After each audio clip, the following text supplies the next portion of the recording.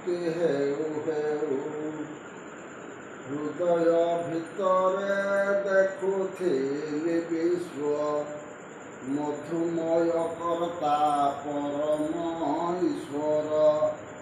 ସର୍ବଜ୍ଞ ବରଦ ବୋଲି ରାମ ରାମ କହୁଥିଲି ମାତ୍ର ଚିରନ୍ତନ ପ୍ରଶାନ୍ତିକୁ ଧରି ଜୀବନ ଯାତ୍ରା ସାରିଲି।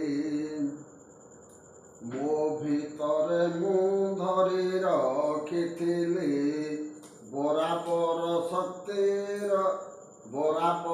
ସେହି ଶକ୍ତିର କାତକୁ ପ୍ରକୃତିର ସେହି ନିର୍ଦ୍ଧାରିତ ଧାରା ଅନତିକ୍ରମରେ ମୋ ଅନୁଭବରେ ସର୍ବଦା